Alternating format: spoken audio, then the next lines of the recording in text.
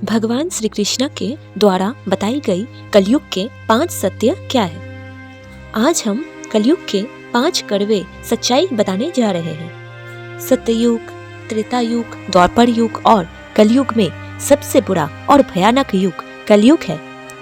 द्वापर युग में भगवान श्री कृष्ण ने पांडवों को पहले से ही कलयुग के बारे में सब कुछ बता दिया था। आज हम उस कथा को सुनने जा रहे हैं।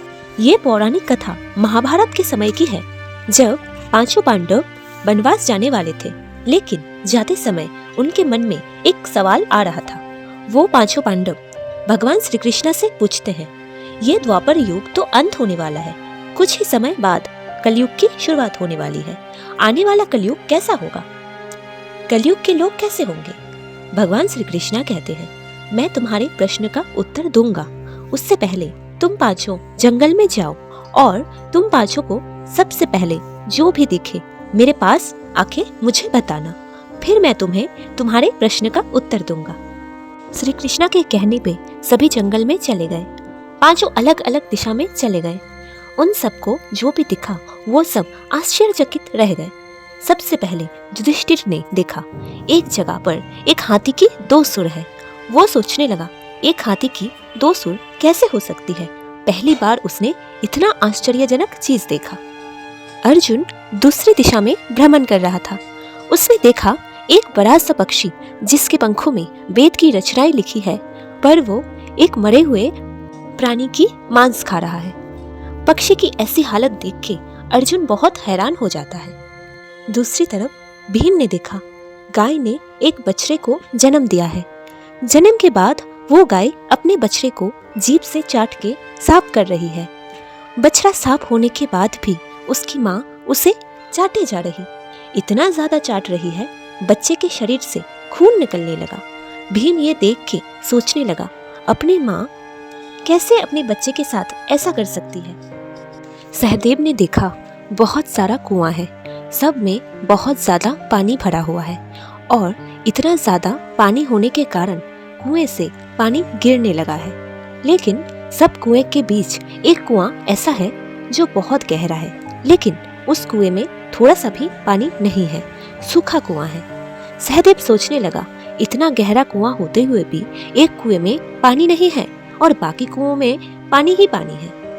नकुल ने देखा, एक बड़ा सा पत्थर ऊपर से नीचे की तरफ लुढ़क रहा है। बड़े बड़े पत्थर से टकरा के भी वो पत्थर नहीं रुक रहा, नीचे की तरफ गिरता जा रहा। अचानक एक छोटे से पौधे के साथ टकरा के वो पत्थर रुक गया। ये देख नकुल बहुत ज्यादा आश्चर्यचकित हो जाता है। सोचता है, इतना बड़ा बड़ा पत्थर उस बड़े पत्थर को नहीं रोक पाया, इस छोटे से पौधे ने कैसे रोक लिया? 5 भाई मिलके श्री कृष्ण के पास जाते हैं। भगवान श्री कृष्ण उन 5 पांडवों से पूछते हैं, बताओ तुम 5 ने क्या देखा? सबसे पहले युधिष्ठिर ने कहा, मैंने पहली बार 2 सूंड वाला हाथी देखा।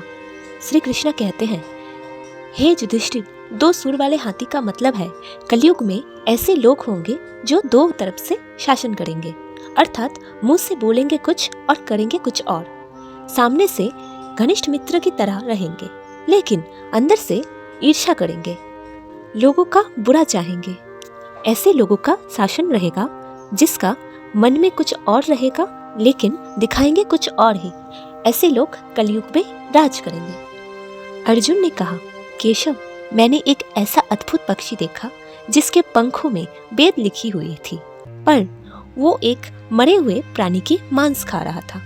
श्री कृष्ण इसके जवाब में कहते हैं, हे अर्जुन, पंखों में वेद लिखी हुई पक्षी ज्ञानी व्यक्ति है और वो मांस उसके गलत कर्म दर्शा रहा है। अर्थात कलयुग में ऐसे लोग होंगे जो बड़े ज्ञानी और धार्मिक कहलाएंगे, लेकिन वास्तव में उनके आचार राक्षसों जैसे होंगे। वो दूसरों के धन की लालसा करेंगे, यही सोचते रहेंगे कब कोई मनुष्य मर जाए और वो संपत्ति उसकी हो जाए। बड़े बड़े पदों से बैठ के विचार करेंगे कि कब कोई किसी पद से हटे और वो पद उसका हो जाए। चाहे कितना ही बड़ा पंडित या ज्ञानी हो, लेकिन नजर दूसरों के धन और पद पे ही रहेगा।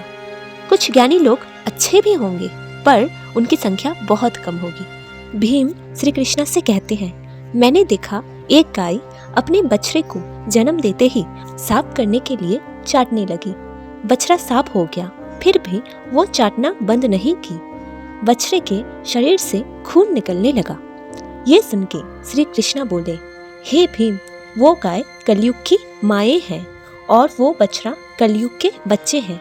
कलयुग में माओ को अपने बच्चों के लिए प्यार और ममता हद से ज्यादा बढ़ जाएगी और यही प्यार उस बच्चे के विकास में बाधा उत्पन्न करेगी। इतना ज्यादा ममता होगी कि मोहमाया और परिवार में ही बच्चों को बांध के रखेंगे और उसका जीवन इसी मोहमाया में खत्म हो जाएगा। उनका भविष्य पूर्ण रूप से बर्बाद हो जाएगा। माता पिता अपने बच्चों को भक्ति, ज्ञान और वैराग्य की मार्ग पे चलने के लिए प्रेरणा नहीं देंगे। वो माँ बाप खुद भी बच्चों के मोह में फंसे रहेंगे और बच्चों को भी संसार के मोह में फंसा के रखेंगे। इससे बच्चों को भगवान के ऊपर से विश्वास उठने लगेगा। सहदेव ने कहा, मैंने बहुत सारे पानी से भरे कुएं देखे। उन कुओं में इतना ज्यादा पानी था, वो पानी भी कुएं से गिरने लगा।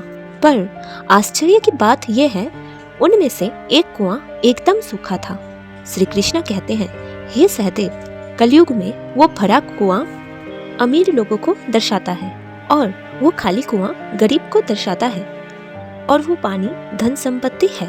कलयुग में लोग फालतू के खर्चे तो बहुत करेंगे, लेकिन कोई एक पैसा गरीब को दान नहीं करेगा। लोग विवाह में, उत्सव में लाखों रुपए खर्च कर देंगे, लेकिन पड़ोस में कोई भूखा प्यासा भी रहेगा तो उसकी सहायता नहीं करेंगे। कहीं अनाज ज्यादा होने की वजह से सड़ेगा और कहीं मनुष्य भूख से मरेगा। नकुल ने कहा, मैंने एक बड़ा सा पत्थर ऊपर से नीचे की तरफ लुढ़कते हुए देखा। वो पत्थर एक से एक बड़े पत्थर से टकराया पर वो नहीं रुका, लेकिन वो पत्थर जब एक छोटे से पौधे से टकराया तो वो रुक गया। इसका क्या मतलब है केशव? श्री कृष्ण ने उत्तर दिया, कलयुग में धन और सत्या ही बड़े बड़े पत्थर हैं। इंसानों का मन किसी भी धन और सत्य से नहीं भरेगा। इंसान के द्वारा जमा किए गए धन उसको पतन से नहीं रोक पाएगा, लेकिन हरि नाम का छोटा सा पौधा उसके पतन से उसका उद्धार करेगा। हरि नाम के कीर्तन से मानव का जीवन सफल होगा, मन को शांति मिलेगी, संतुष्टि मिलेगी। इसलिए कलयुग में हरि नाम मोक्ष प्राप्ति का एकमात्र उपाय है। कलयुग की अभी सिर्फ शुरुआत हुई है और चारों तरफ धीरे धीरे कलयुग का प्रभाव भी दिखने लगा है। समय के साथ साथ ये और ज़्यादा खराब होने लगेगी। हमें इस कलयुग से बचना है तो अभी से भगवान का नाम लेना पड़ेगा, ताकि भगवान हमें हर कष्टों से बचाए। अगर भगवान से जुड़े मन में कोई भी सवाल हो तो कमेंट में ज़रूर पूछें। अगर वीडियो अच्छी लगे तो लाइक, शेयर एंड सब्सक्राइब ज़रूर करें।